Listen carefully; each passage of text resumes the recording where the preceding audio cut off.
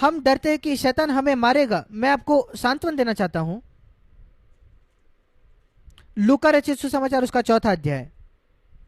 डर, डर एक बहुत बड़ा हथियार है जिससे शैतान लोगों को जकड़ता है। लूका 4, यीशु मसीह प्रचार कर रहा था आराधनालय में नासरत में, और उसके खत्म करने के पहले लोग उससे इतना क्रोधित हो गए। लूका 4 उसका 14 से 27 में वो प्रचार कर रहा था। लूका 4:28, ये बातें सुनते ही आराधनालय के लोग क्रोध से भर गए। मैं नहीं जानता था कितने लोग थे। हम सोचेंगे शायद 200 लोग। 200 लोग क्रोध से भर गए हैं इस प्रचारक के खिलाफ। और उन्होंने क्या किया? उन्होंने सर्विस रोक दी।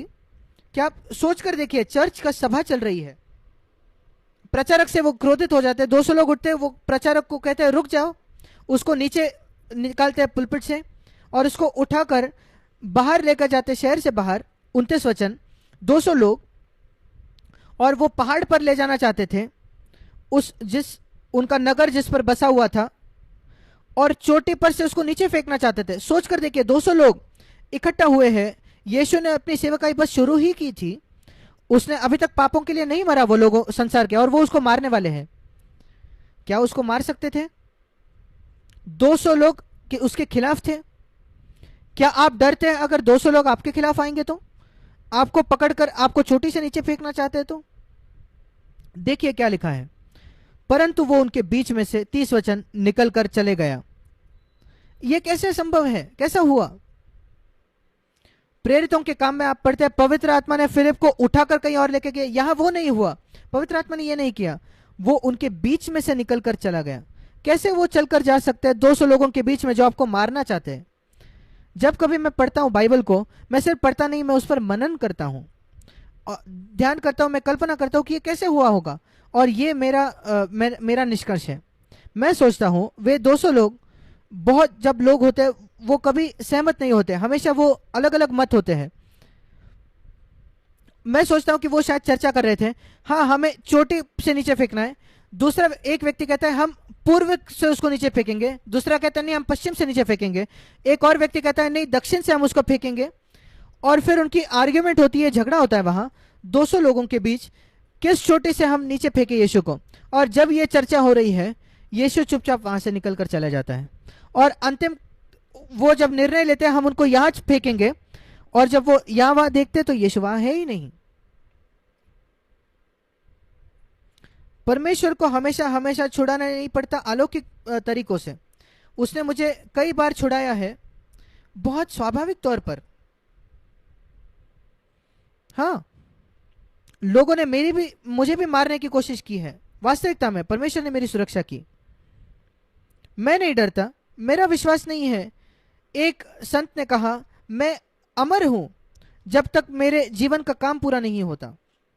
मैं अमर हूं जब तक मेरे जीवन का काम नहीं पूरा होता, क्योंकि मेरा कोई इस पृथ्वी पर महत्वाकांक्षा नहीं है, बस ये कि मैं प्रभु की इच्छा पूरी करूं। मेरी कोई महत्वाकांक्षा नहीं, पैसा कमाऊं, आदर कमाऊं, या सिर्फ वो काम पूरा करने के लिए जो परमेश्वर ने मुझे इस पृथ्वी पर भेजा। और मेरे भाई ये आपके लिए भी है, मेरे बहन आपके लिए भी। अगर आपकी कोई और महत्वाकांक्षा नहीं है इस पृथ्वी पर कि परमेश्वर का काम आप पूरा करें जो उसने करने के लिए भेजा, आप भी अमर रहेंगे जब तक आपके जीवन का काम पूरा नहीं होता। इसलिए हम नहीं डरते। इस झील में अगर कोई आंधी आ जाए कोई बात नहीं, हम नहीं डूबेंगे, मसीह हमारे साथ है और वो हमें ले जाएगा पार किसी ना किसी तरीके से। उसने आपको, मैं जानता हूं उसने मुझे कई एक्सीडेंट से सुरक्षित रखा है, दुर्घटनाओं से। मैं एक स्कूटर चलाता था भारत में 42 वर्षों तक, क्योंकि मैं उतना ही ले पाता था। मैं उस स्कूटर से नीचे गिरा पर मेरी कभी मृत्यु नहीं हुई, मैं कभी ज्यादा चोटिल भी नहीं हुआ।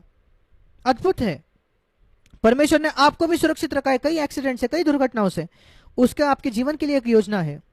अपने आप को नम्र करें और कहिए प्रभु मैं नम्रता में चलना चाहता हूं आपके साथ, मैं यीशु की तरह चलना चाहता हूं, मैं यीशु के पद चिन्हों पर चलना चाहता हूं, मैं जयवंत होना चाहता हूं, मैं आपके जयवंत होने के उस समूह में होना चाहता हूं अंतिम दिनों में। अंत में आइए हम निकालेंगे प्रकाशित वाक्य 7 कलीसियाओं में 2 और 3 अध्याय में।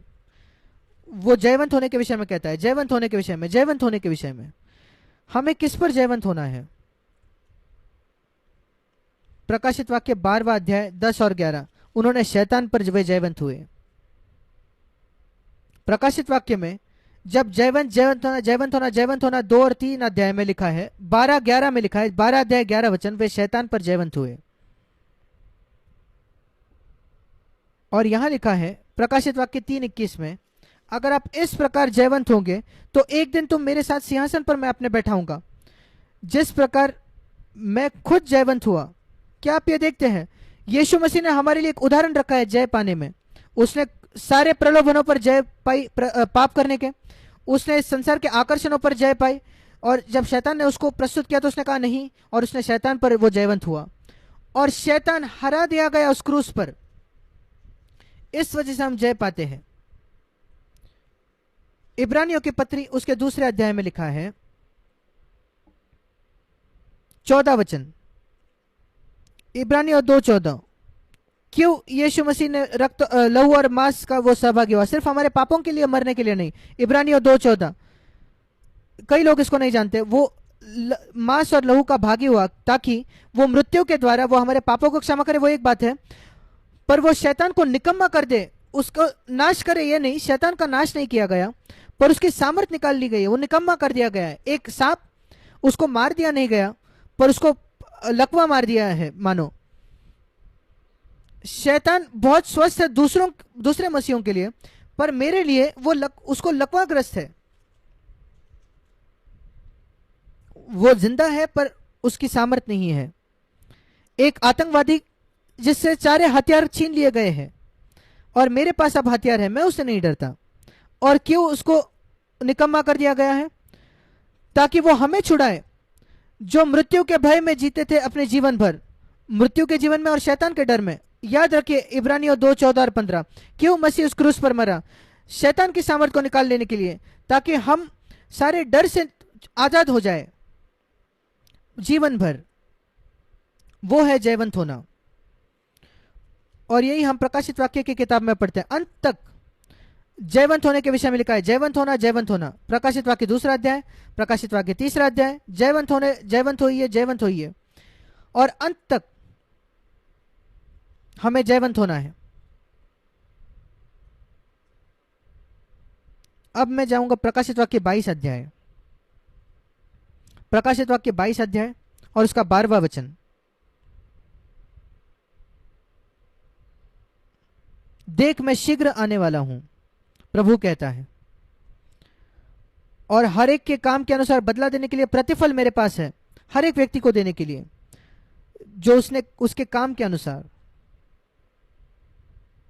और मैं अंत करना चाहता हूं अंतिम वचन के साथ जयवंत के विषय में। प्रकाशित वाक्य 21:7, इसको ध्यान से सुनिए। जो जय पाए, शैतान पर जय पाता है, वही इन वस्तुओं का वारिस होगा, इन सारी बातों का, स्वर्ग में, और मैं उसका परमेश्वर होऊंगा और वो मेरा पुत्र होगा। क्या यह अद्भुत नहीं है? परमेश्वर चाहता है मेरे भाई मेरे बहन कि आप जय पाए, जयवंत पाए। यहां लिखा है जय पाए सारी बातों पर, ताकि हम मसीह के लिए एक गवाह बने इस पृथ्वी पर। अब मैंने कई बातों के विषय में आज बात कही है। अगर आपको मौका मिलता है तो इस संदेश को वापस सुने, पर विशेषकर उन क्षेत्रों में जो मैंने आपको कहा, सबको क्षमा करें। अगर आपने किसी को चोट पहुंचाई है, जाकर उससे माफी मांगे, दोष लगाना छोड़ दे, एक पाखंडी बनना छोड़ दे, और अपने आप को ऊंचा उठाने की कोशिश ना करें। हमेशा नीचे जाइए। यीशु मसीह नीचे नीचे नीचे गया, उसके शिष्यों के पांव के पास, जहां उसने उसके पैर धोए। आप भी पैर धोने वाले बने। आपकी बड़ी इच्छा यही हो कि आप शिष्यों के पैर धोए, ये नहीं कि उनके ऊपर प्रभु आप बने, और फिर आप जयवंत बनेंगे। परमेश्वर आपको आशीष दे। हम प्रार्थना करेंगे, सिरों को झुकाएंगे। जैसे हम अपने सिरों को झुकाते हैं, मैं आपको पूछना चाहता हूं मेरे भाई बहन, एक विषय में सोचे जो आप, प्रभु ने आपसे बात की। शायद 25 बातें हो सकती है, पर एक विशेष बात, सबसे जरूरी बात, और कहिए प्रभु मैं उसको अंगीकार करना चाहता हूं, कबूल करना चाहता हूं, उस बात को सही करना चाहता हूं, उससे खत्म होना चाहता हूं। आज मैं सबको क्षमा करना चाहता हूं। आज मैं क्षमा मांगना चाहता हूं जिससे संभव है आज ही। मैं आपके वचन पर विश्वास करना चाहता हूं और सारे डर से छुटकारा पाना चाहता हूं। सारे जो दोष लगाना है, निंदा करना है, इस रवैये से मैं छुटकारा चाहता हूं। अपने पत्नी के साथ, अपने पति के साथ अच्छा रिश्ता चाहता हूं मैं घर पे। हर समय क्षमा करना चाहता हूं, दयावंत होना चाहता हूं, ताकि शैतान मुझ पर सामर्थ न पाए। स्वर्गीय पिता, हम विश्वास करते हैं आपकी इच्छा है कि हम सब जयवंत बने। हमारा विश्वास है कि आपकी ये इच्छा है कि हम शैतान के खिलाफ खड़े होकर जय पाए। हमारी सहायता करें, हम प्रार्थना करते हैं हर एक की, यीशु के नाम से, आमीन।